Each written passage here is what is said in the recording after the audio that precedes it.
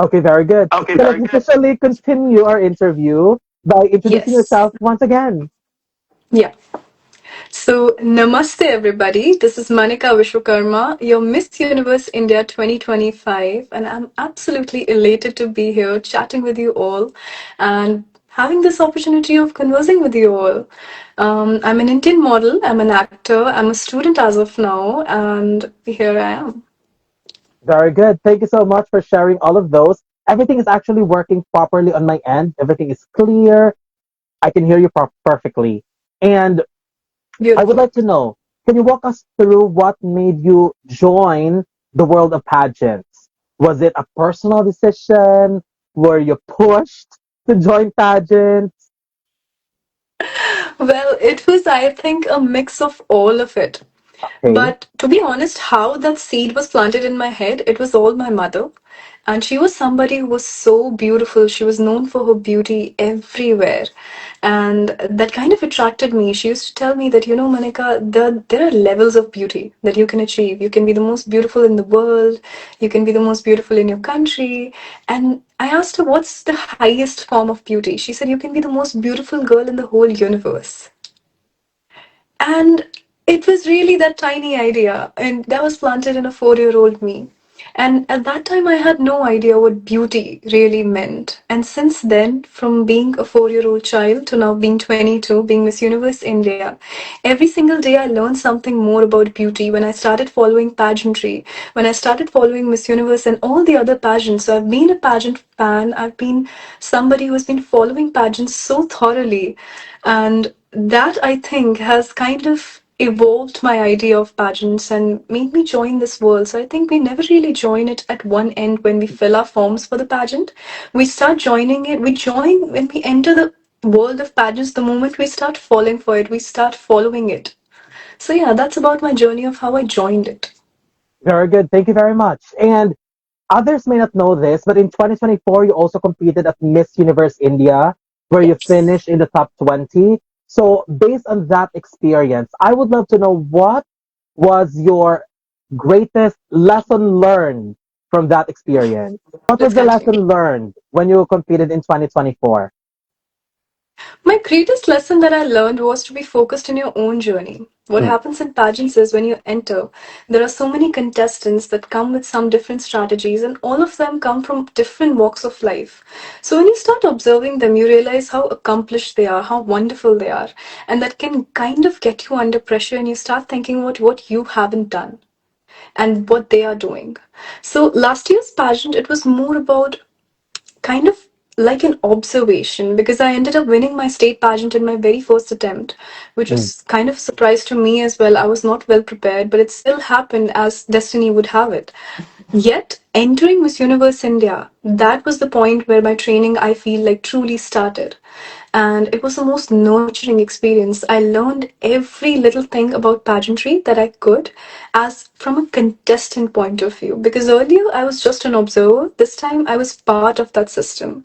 And that really helped. And that also made me realize that any girl who wants to enter the world of pageantry, I keep telling that if possible, do try to participate in your local pageants, which is a great culture we have in Philippines as well. That's Yes. something I appreciate a lot. In India, we don't really get that kind of an environment. We don't have that many local pageants to participate in most of the cities, but wherever you can get an opportunity, have it. Perfect. That's very good. And what you said is true actually, because Philippines is obsessed with pageants. So Yes, that's so pageants here are true. everywhere, even at schools, at small cities. I mean, it's like everywhere. Everyone's conducting pageants. So everybody loves pageant That's here. true. So And more it's a opportunities for beautiful women to environment. get experience. Yeah. Now, after 2024, usually other girls may take 2 years, 3 years to compete again. But what was your motivation? Something that tells you to I'll join again in 2025. To be honest, Alvin, I didn't know that I was participating until the day of the wildcards. Oh wow. And it's basically like it's like around 20 or 15 days before the pageant actually began. And I remember when 2024 pageant ended, in my Mm, head, I had this thing that I'll start my preparation now. So I started taking the journey of preparation bit by bit, a day by day. And I started improving. I started working on my walk, my communication, my plans. But to be honest, I actually believe that it should take at least a year or maybe two to come back. And then all of a sudden things started falling into place. I started getting opportunities and everybody was telling me to compete, but I still in my head I was like, no, not yet. But then came the day of the wildcards. I was there supporting two of my friends, Lucky and Sanvi, and both of them made it. mm, And I crowned my successor, Sheena, my beautiful, beautiful successor. I was so proud of her. But then I remember having a black dress in my bag and thinking, what should I do? And that time my best friends were there and they said, you know what, let's go. They made me change into the dress 5 minutes before the auditions began. I went on the stage and all of a sudden people were like, you were just here crowning your successor, right? Like, how did you come? In that moment, I thought maybe I should. Maybe I felt that this was a sign that I kept that dress in my bag. It was a sign that everybody was telling me that it is your moment. Maybe just take it. And it doesn't happen without the support of everybody. And that is why I say universe gives a hint. Those two girls were competing with me at Miss Universe India. They made it into the finalists list. And them telling me to participate, that is what strength and beauty is all about. And in that moment, I couldn't say no. wow, that is such an amazing thing to hear. So thank you very much for sharing that. And I'm not sure if you have shared that with anyone else or with any live, but this is such a great opportunity for us to hear your story. Amazing. Thank you very much. And this is where we can say that everything really happens for a reason. And Truly. there's a reason why you were there that day. Perfect. And others may not know this unless they are, of course, religiously following Miss Universe India. But in 2024 and 2025, you both made it in the top five best in speech, which is an Yes. amazing achievement to achieve in a pageant. So, what shaped you? What experience shaped you into an incredible speaker that you are right now? So it starts off very early. When we talk about communication and pageants, we are usually taught to prepare according to a 30-second framework, Mm, according to Miss Universe, which can stretch up to 45 seconds, but usually it's kept till 30 seconds. But when it comes to speech, it can last up to 3 minutes. So mm, it begins from at least like 1.5 minutes, and you can stretch it up to 3 minutes. For that instance, my family and the kind of environment that I was born in, I was taught to be very opinionated. Any topic that came around, whether it was of general knowledge or any kind of social issue, I was always asked about my opinion. And that I feel that upbringing that you have with a child kind of shapes their brain into having various opinions and having a detailed analysis of every topic. When I went in school and then I went in colleges, I participated in endless debates. So I've been debating for more than 10 years. And that at that point of time, I felt like I was prepared for every topic. mm, But this year's Miss Universe India, to be honest, it was so much more difficult in terms of speech. The topics were so out of mind and they were so difficult at once. The topic that one of the finalists of Top 5 Best in Speech, Shambhavi Jha, the topic mm, was so difficult that for a while it took me some time to actually understand what the topic meant in first place. So there were topics about artificial intelligence, there were topics about human cloning, and there were topics about new healthcare policies. And I was wondering that no matter how much preparation you do, at the end of the day in speech, mm. it's about how you crack a topic, how you present your opinion, how much information you've been gathering all throughout your life, because you can't really prepare for this competition in a month or two. And it's more about the preparation that you have throughout your life. So I think that is one quality that helped me. Sanvi, on the other hand, one of the other finalists as well, she had a very similar story. She comes from the background of political science and philosophy. We both share that kind of an education background, so it really helps. Actually, even the question that you got in the finals, Yes. top five question, that sounds difficult. And Yeah. it actually cannot be answered in just a minute. It needed a lot of expounding, explanation, But wow, you did so, so well that night. Exactly. I think like having a background in public policy and learning political science and having a background in philosophy really helps in Q&A and Miss Universe, especially Mm, from what I have observed.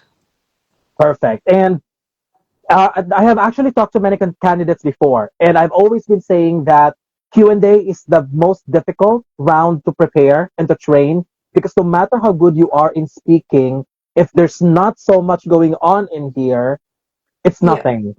So you need to exactly. read a lot, you need to know a lot, you need to be aware about everything because if not, True. you still can. You're good in speaking if you have a script. That's a different thing. But you need to be good in here. Yeah, And I that's think that is your greatest strength. And I believe many would agree. And you wouldn't make it in the top five speech if you are not. So yeah. incredible. So But I've it always was been saying, wonderful that you actually observed it because I used to look at the reviews that people had of me, and very few people actually noticed that I was best in speech for two hmm. consecutive years. So it was so wonderful that you had that observation. I've always been researching before I conduct this interview. So actually, it's Yeah. really amazing. And I know many people would agree, even your fans, that you are coming in as one of the best speakers for this year. So that's why many are really hopeful about your participation. That's very kind of them.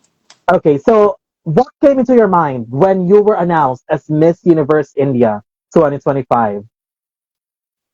So immediately what I thought was only 2 months are left. What am I going to do?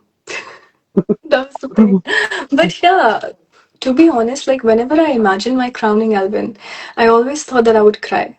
This was a moment that I have imagined since I was a little kid. And I would look at the mirror, I would always have tears in my eyes whenever I imagined that moment. But the moment that on that stage I was standing, holding hands with a very beautiful Miss International India, Roosh, I remember standing there and thinking, I don't know what would happen in the next moment. I'm not sure.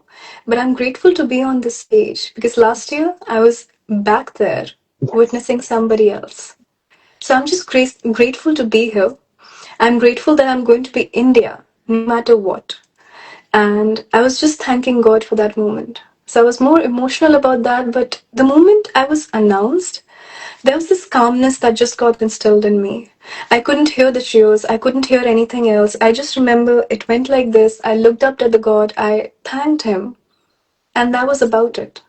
I was Wow. relieved. So it went kind of off script from what I had imagined it to be, but it was beautiful.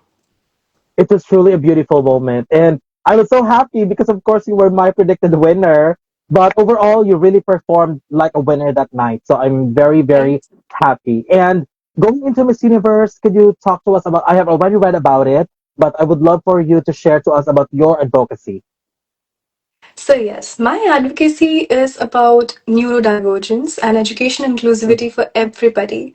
Now, this is something that I kind of explored throughout my life. I used to go to my mother's school, I used to meet with the kids, and she used to always tell me that there are certain kids who are not able to perform as good in their academics or in the school. They kind of suffer from certain issues, which are not really problems, but it's just that the school curriculum doesn't allow them to kind of grow in the way they want to, and it is not basically a system that kind of supports their kind of an education which they require.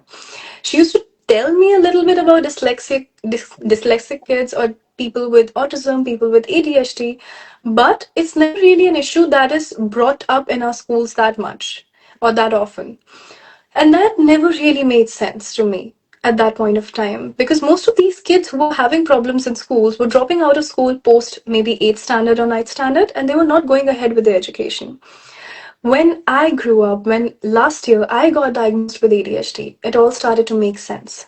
Because I changed my college multiple times. I was so fluctuating about my decision. I was not able to sit in the class. Despite being so good in studies, despite Mm. excelling in academics or doing well in everything else, I still struggled with attention. I still struggled with focus. And on the other hand, I would become hyper focused about certain things. So I couldn't understand that why in my brain I was a strong individual, but whenever I stepped out in the world, there were certain things that would not make sense to me. There was a certain system which was not made for me. And that is when I started to piece together everything that I had learned. I was always advocating for education for all, but that is when neurodivergence came into the picture. And I started with my advocacy. So we have been conducting webinars, we've been conducting awareness campaigns, and I started to collaborate with my college itself, the psychology department, who was very happy to agree to this initiative. We've conducted so many programs in our school auditoriums and in our college auditoriums, and the work has been amazing, and you'll be seeing more of it in the Miss Universe as well. And I hope that I get to talk about it more. Thank you very much for sharing that. And I do agree with you. When I read about your advocacy, that's actually what's happening in public schools because I'm also a teacher. And the worst part is even parents will not acknowledge that their kids have those diagnoses. So it's Exactly. those are issues that are being faced by the students and with the denial of the parents as well, accepting the reality. So I'm actually glad that you were able to highlight that. So first of all, accepting the fact that I had ADHD, I tried to hide that fact. I would be like, which beauty queen actually comes from that kind of background? Which beauty queen can actually have ADHD and still excel? Wouldn't it be not so ideal? And that's why I did a TED talk, which is not out yet. Mm. But I asked them to keep a title, and I kept the entire TED talk all about this, that how not to win a beauty pageant. Wow. We're looking See, forward to that. I hope it will be released before Miss Universe. yes, we are hoping for that. So it's in post production, and we Mm. are hoping that it would be released. And the entire talk was about this, that how not to win a beauty pageant. And it was about embracing the kind of imperfections we have as a person. As beauty queens, we are so burdened with certain expectations that you have to be perfect, you have to be on time, you have to be so composed all the time, you have to be super, super focused. But on the other hand, ADHDers are not that. We aren't really exactly that, but at the same time, we are super excited. We are super creative, which was one of my biggest strengths last year as well. That I did everything on my own. My national costume was also made by me and my mom, and it was stitched by Wow. me. Yeah. So, having so many strengths, I wanted to showcase all of those strengths instead of making people focus on the limitations that we Mm. have. I wanted them to see the kind of power we hold. We never get nervous under pressure. On stage, I've never been nervous a single time because ADHDers perform best under pressure. So the Perfect. more the pressure on the more pressure I have in a situation, the calmer I feel, and I couldn't help but actually just embrace that in the competition, and it really helped. So yes, that is about it. I want people to know more about that journey, and I want them to know more about the way we function. Very good. I really love that kind of mentality. It really prepares you for the competition. But before I proceed to the next question, because this is like the most asked question in the comment section right now, I'm not sure if you could give us a clue, but they are asking who is the designer of your gown for Miss Universe? Oh my God! So how do I tell you this? What I recently posted about him. So it's going to be Namot, and we have planned something very beautiful. This was Wow. something that, yeah, and it has a very beautiful story. I remember I was sitting on one end, my national director was sitting on the other end, post competition, and I had a whole diary written with like certain pointers that, so I need like coordination on these things, if possible, if you can ask me, because he's someone who comes with a lot of vision.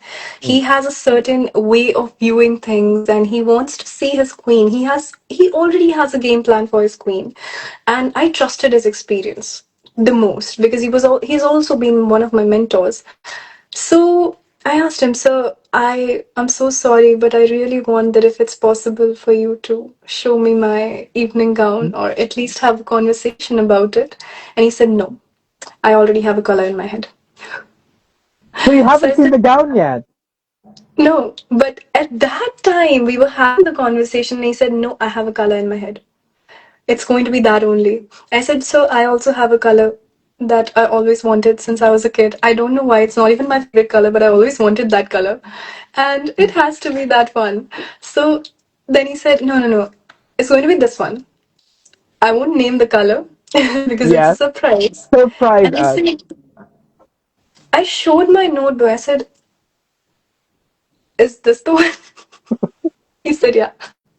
So we connected on both prelims and finale. We had the same colors in our head, and that was kind of destiny, all weaved up together. Oh my gosh, we are super excited. Thank you so much Yes. for sharing that. That's the only information that you can give. Let's give everyone that element of surprise, you know? And Yes. you're actually in the field of, you're studying political science and economics. Do you think there is a connection between that field and pageantry? Yes.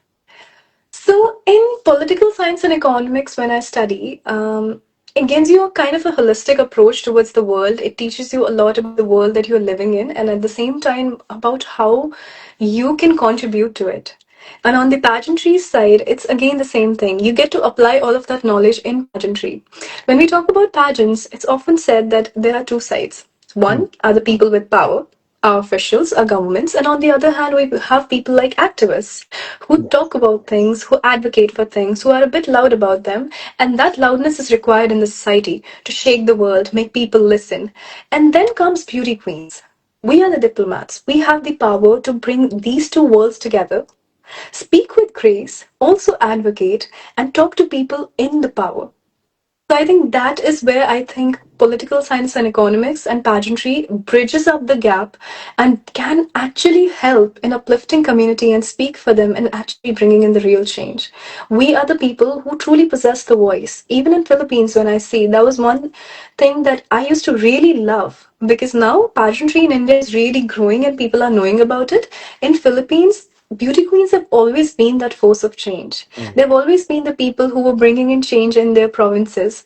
And that I felt that beauty queens deserve to do in India. Because we didn't get that kind of recognition back in the few years, now when we are getting it, we are able to bring that kind of a change. And I feel so proud.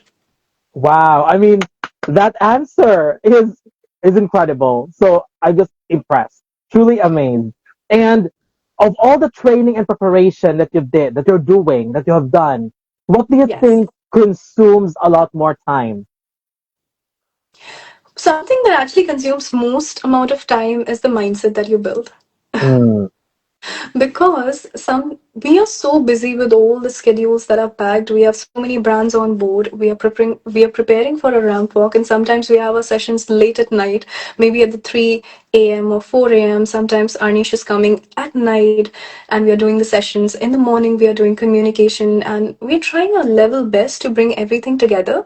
But in that process, sometimes you don't get time to settle in and think about your vision, about how you're going to live that moment. Because Miss Universe is something that I've been dreaming of for so long. We've always been in that in that state of mind. But now, when the schedules are packed, we don't really even remember that we are living. And I think that is the most difficult part. Always acknowledge that how beautiful life is and how yeah. beautiful the moment is and how beautiful the opportunity is.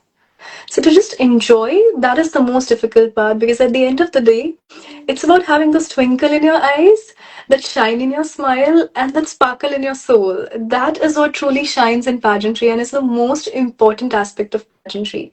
No matter how beautiful your body is, how beautiful your face is, how beautiful your voice is, it's that twinkle in your eyes that truly can actually capture the world. And that is the most difficult part to crack. Very good. Thank you very much. I have an interesting question to ask next, but before I proceed Yeah. to that, another question from most of the questions that I've been reading here. Hint on your national costume. Could you be able to give something about that? Or Well, that wouldn't be possible, but I would truly say that my national costume has always been about showing the strength of India and the strength of the women that we have. I mm, think women are the universe in their own way, and that is something that Indian mythology really believes in, and that is what we are trying to present. So hopefully you'll see it on Miss Universe stage. I love your national costume this year. So Thank you so much. it's this pink. So we're actually very excited to see what it is this year for Miss Universe. And this edition of Miss Universe, Yeah, yeah, this yeah. edition of Miss Universe, there's so many loud names, familiar names, and some are very popular candidates.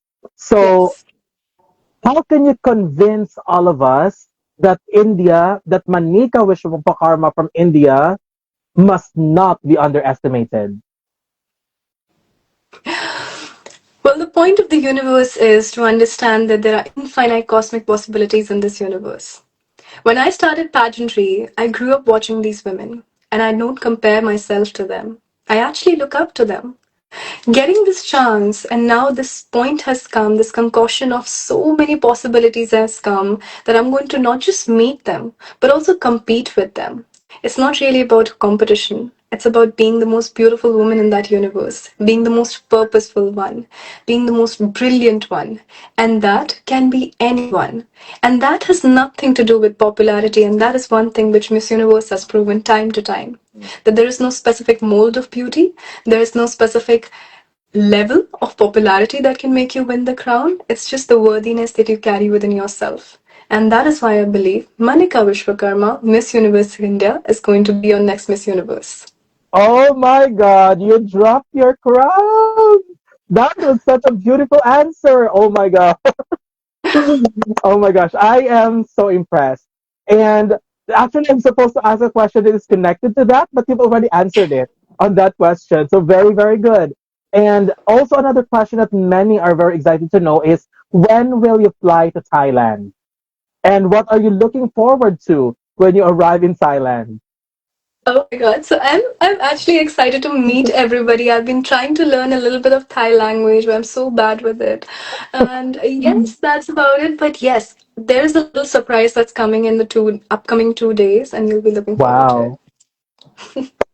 Very good. I'm sure you will be announcing it so that your fans in India could be able to watch Yes. you depart from your country too. Yes. Very good. And I have been asking candidates like from the candidates from the previous interview that I did. So I will be asking you to do this as well, um, because we're about to end. So can you give us can you give us a I think I sample? know what's coming. Yes, Yes, yes, can you give yes. us a sample of your introduction? Just your name and India. Okay, let's try. Do I do it while sitting or do I stand? I think this is good. It's already This is good good, at this right? position. Okay. Yeah, we can see clearly. In the lives that I used to do in Miss Universe India, everybody would ask me, do that, do that. And I would always say that first, let me become Miss Universe India, let me earn that, and now I'll do it. This is Yes. the first time I'll be doing it. Okay, we're ready. Manika Vishwakarma, India! Oh my gosh, perfect. It's so Very good, beautiful. gorgeous. I love that. Very natural, but we're so excited to watch you do that at Miss Universe stage.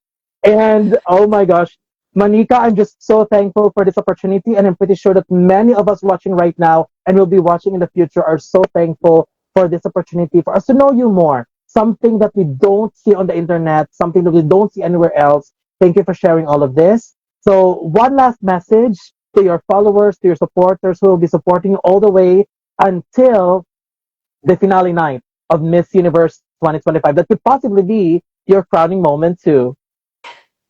Well, the last message is that we are doing our level best to make India and the universe shine the best on that stage. We've been working for this not just for the past 2 months, it's a journey of an entire lifetime.